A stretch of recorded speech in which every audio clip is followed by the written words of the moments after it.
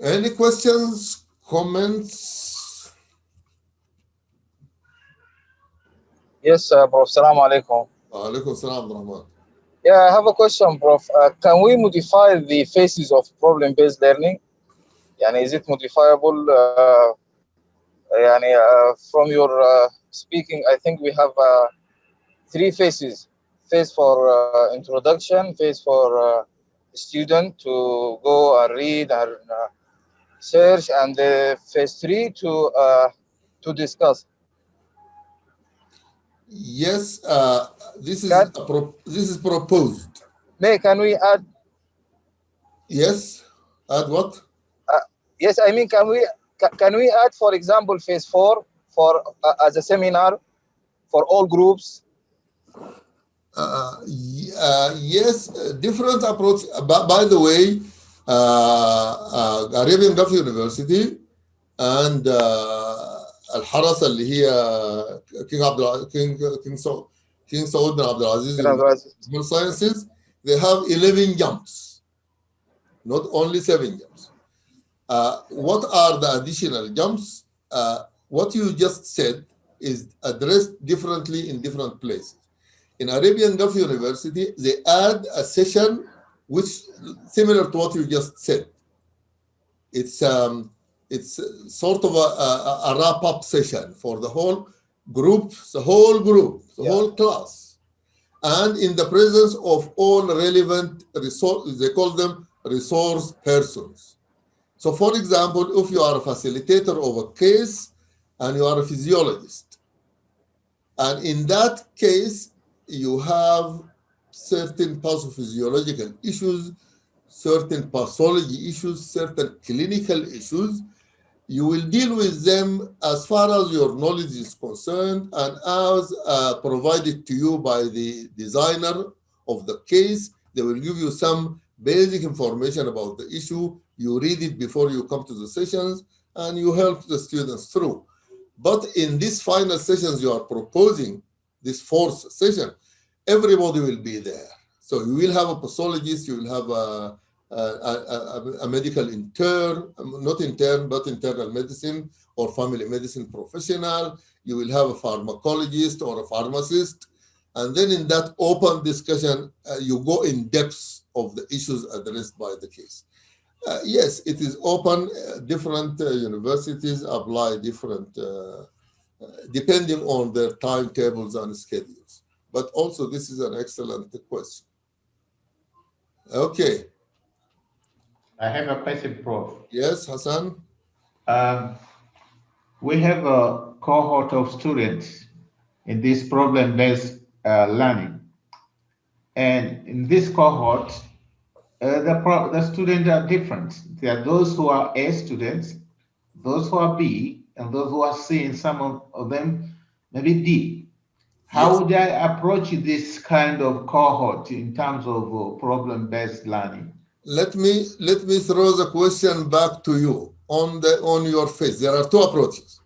Universities apply two approaches. One approach is to assign them randomly, and they say it doesn't matter. If you have a group of 7 and most of them are good, and a group of 7 or 8 and most of them are not as good, it doesn't matter. It is for them to evolve gradually. This is one approach. So they say divide them randomly. Then the other approach is to actually mix them up. You see, if you have, let us say the whole class is 50 students, you want to divide them into 5 groups, and 20 of them are good, 20 of them are average, and 10 of them are, then you will say, I will put 3 of these, 3 of these, and 2 of these, and make them one group. So you mix them up so that you have a diverse group of learners in one group. Now, there is another approach, the third one. You tell them to go and make the groups. So friends block together to work together. This has got an advantage. There will be very efficient group from the beginning. but that's not necessary because you need to train them on how to go through the group dynamics. So the group dynamics is also good. They learn to live with new people all the time. So what do you think? Now, I told you about 3 approaches of dividing the students. Which one you would advocate or prefer? I would divide them. Randomly or mix them up with different levels? I would mix them with different level, hoping that those who are lower level, they will learn from the one who's higher level. This would be my approach. And you will accept the danger that they might be overwhelmed by the very good ones if you fail to control the very good ones, because sometimes they take over. So it will, yeah. Okay. Any comments? Maybe or? I would set up conditions at the beginning. Yes, we call them the rules. We call them the rules. Yes. Rules. Ground rules. السلام عليكم. وعليكم السلام. حمدي. دكتور أهلا وسهلا. يعني thank you for this very nice presentation, but I want to just 2 simple questions. The first is, I think one of the main challenge for the BBL is the time management. So from your experience, how to can manage the time? This is one. The other one is, for the facilitator, you said one of the main problem is to control himself when he see something wrong is done. So how to fix this issue? Okay, that's 2 very important and excellent questions. The first one, by the way, when you say time management, are you talking about time management in the sessions? No, you see, يعني the discussion usually there is no borders, so it may take more time than expected and than scheduled for it. Okay, there are 2 aspects to this. As a facilitator, you need, when I mentioned the case scenarios and I shown you a number of books, a number of online resources, I said you need to adapt and customize. Adapt and customize includes the time needed for the case. You need to adjust the case so that it can be this, because you will take into consideration the level of students you are dealing with. If it is junior students, you give them a very short case, no red herrings, no distractions, to the point. This is one aspect. So during the design of your program, of the course, you take all of that into consideration. The second point, I said you need to train yourself to sit with minimal intervention, which means you have the chance to intervene. For example, if you have one issue or aspect you expected them to discuss and finalize in, say, 15 minutes, and then they started being distracted, straying, going this way and that way, then you intervene. You intervene, but minimally, so that you say, okay, I think you are missing the point here. Look carefully. It says that this man was found near. So you intervene so that you direct them and save the time. But you are expected to be trained on how to intervene minimally, not too much. You give them the chance to astray. You give them the chance to make mistakes. Even maybe, by the way, maybe in the first session brainstorming, they make mistakes in identifying the issues. You leave them. Let them come for the discussion and reporting session. And if they do not address the issue, then you say, well, remember in the brainstorming session, you said this, and that. What is the use of this? You didn't even use it, etc. So you leave them, you let them make mistakes, and you correct it at the end. So the answer to your question in time management is in preparation, you make sure that the time allotted is enough. And the second aspect, you can intervene if they stray for too long. Now, as far as correcting mistakes, it is also your duty, but you give them room. You give them room even to make mistakes, even to astray. Go away from the problem, divert away from it, and then you let them do that and let them recognize that later. If they don't recognize it by the end of the case, then. Now, I forgot to mention something when Abdurrahman asked about modifying the jumps. In some of the universities, after they finished one, for example, if I give them a case of headache, when they finish with the case of headache, I give them many mini cases, 2-3 cases as assignments, follow-up assignments related to the case itself. So there are many modifications. Sharik, I see your hand raised. Is it a new or an old one? No, a new one, sir. If you allow me, I just want to add one comment over here. Thank you very much for a fantastic presentation. Yes, I want to add some comments if you allow me. Yeah, please. Actually, this is from my personal experience. I have a substantial experience in the PBL before in UAE as well as in Saudi Arabia. So when we were discussing about the facilitator, as you told that initially we get too much difficulty in the weaning or in the training period of the facilitators to how to control themselves or how to keep quiet in the sessions. I totally agree with that. But one more problem which we have faced, that slowly it's easy to train the facilitator and they get trained also. But the role of the facilitator, I believe, is not finishing only during the session.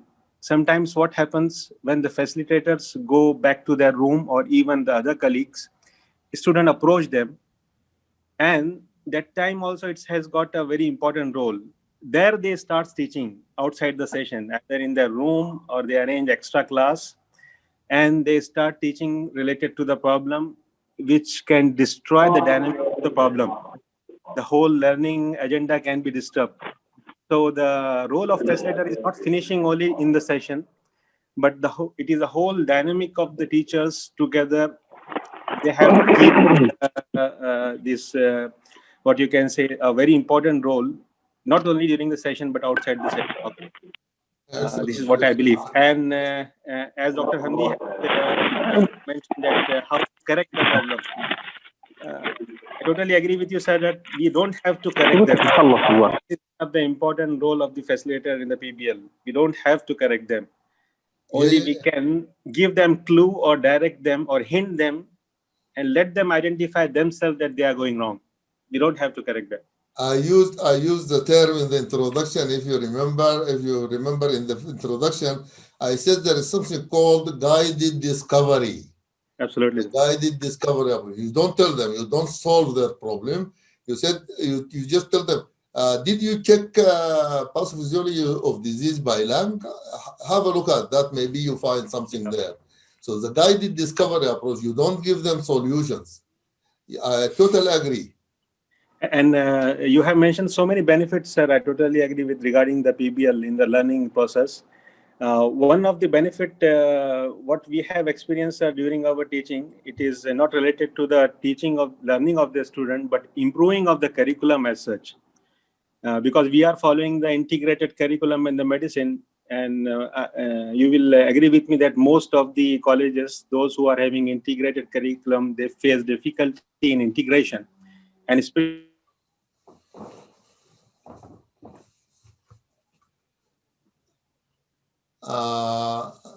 he lost the connection. We will wait for him. There is Jamal Sumeda. Yes, تفضل.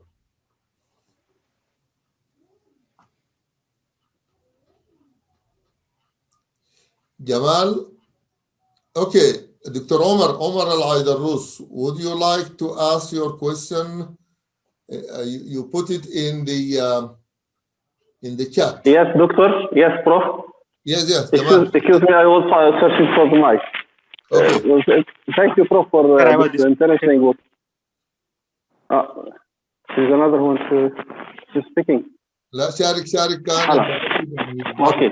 طيب. As you explained, Prof, in your presentation, that this PBL is one from our initiative in our project plan for Al-Mak University. Yes. In the next 5 years.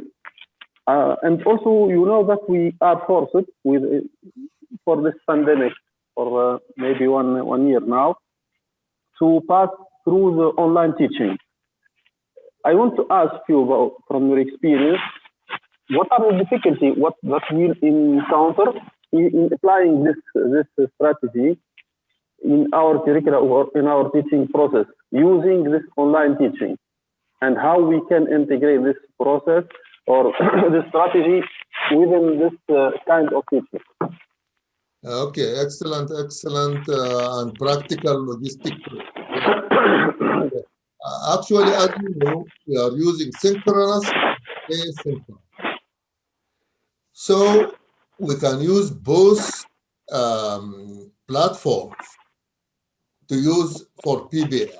The first one, of course, the discussion can be conducted through Zoom, the brainstorming session, and also through Zoom. It's no problem with that. You can do it through Zoom. But an additional component can be done through forums, discussion forums. So you need to include a discussion forum for each problem, and you need to have 2 Zoom sessions for the same problem. And the third one, the issue related to that, the platform together with, I told at the beginning, I spoke about the digital resources library. I talked about the clearinghouse for cases. So we need to integrate all of the resources into the course. So Zoom, discussion forums, and integrated resources, we need to, and it is actually part of our initiative in the Education Center, how to actually through technology. Have I answered that question, Jamal? Yeah. Thanks a lot, Dr. What I get at the Dr. So you tell me that our LMS system, he have the tools and he have the facility to implement this kind of strategy. Absolutely. Thank you, Dr. Shadi, you want to complete what you were saying, or? Yeah, actually, I got disconnected. I don't know whether you heard or not. I was telling, sir, those curriculums or colleges which are getting difficulty in completing the integration, especially aligning with that of the assessment, PBL is one of the good tools that they can use to correct their curriculum or to align their assessment with the teaching methodology. Absolutely. You are absolutely right. But you also mentioned something important. Of course, people might ask, do I need to send anything to the curriculum committee telling them that I need to change, I want to introduce problem-based learning, etc. I think Sharig, as the head of the curriculum committee and as part of the curriculum committee of the College of Medicine, we need to discuss what are the needs as far as changes to curriculum are concerned, because you are going to replace some of the lectures with problem-based learning activities. Does that require anything, any modification, anything? So we need to discuss that to address, so that people who are interested in introducing 1 or 2 problems to start with, do they need any permission, any modification of the specifications, anything? Do they need anything? We need to address this issue.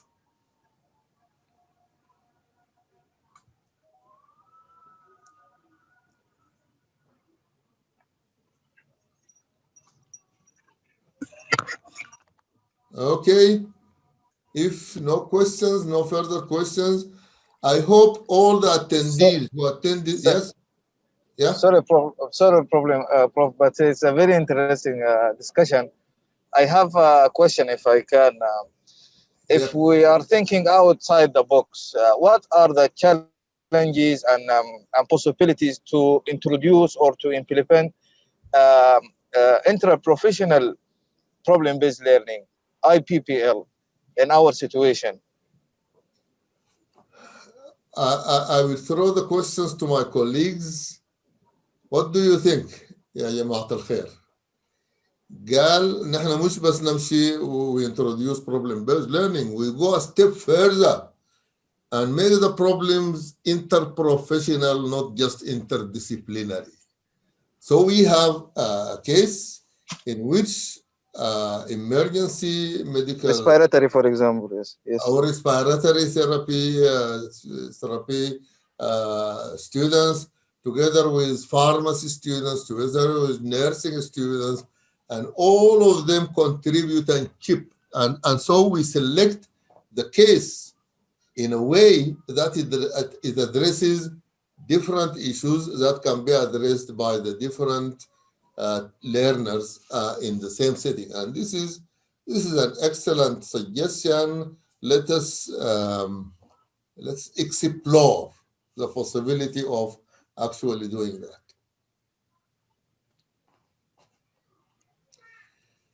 طيب, I think attendees are between ranged between 13 and 15.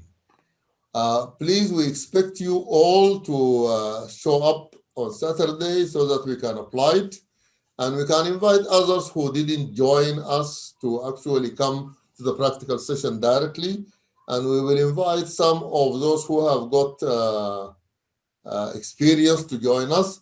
So it will be a practical session for the pioneers.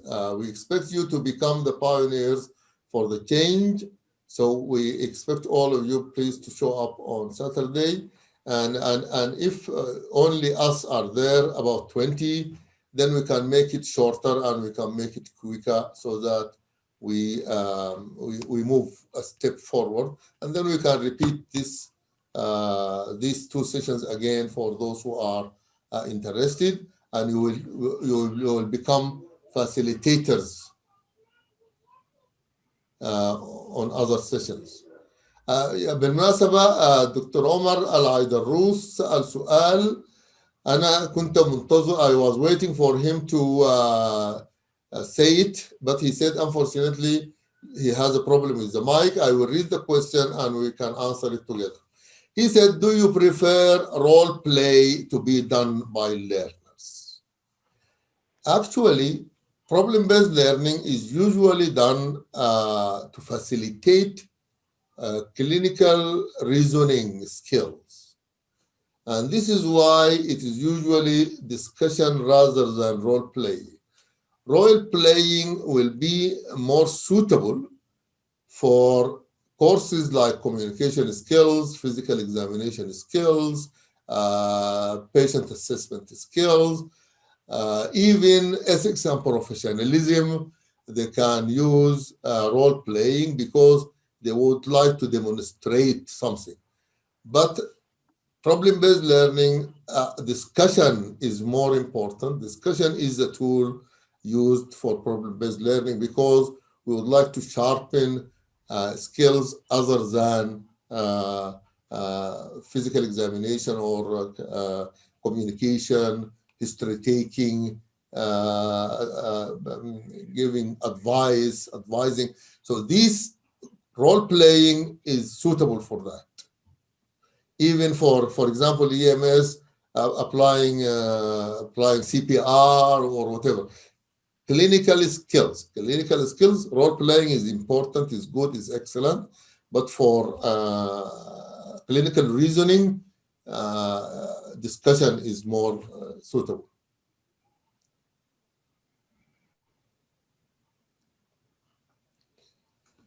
Okay, thank you very much. Ladies and gentlemen, I will see you later, inshallah. Thank you very much, Prof. Assalamu alaikum. Thank you very much.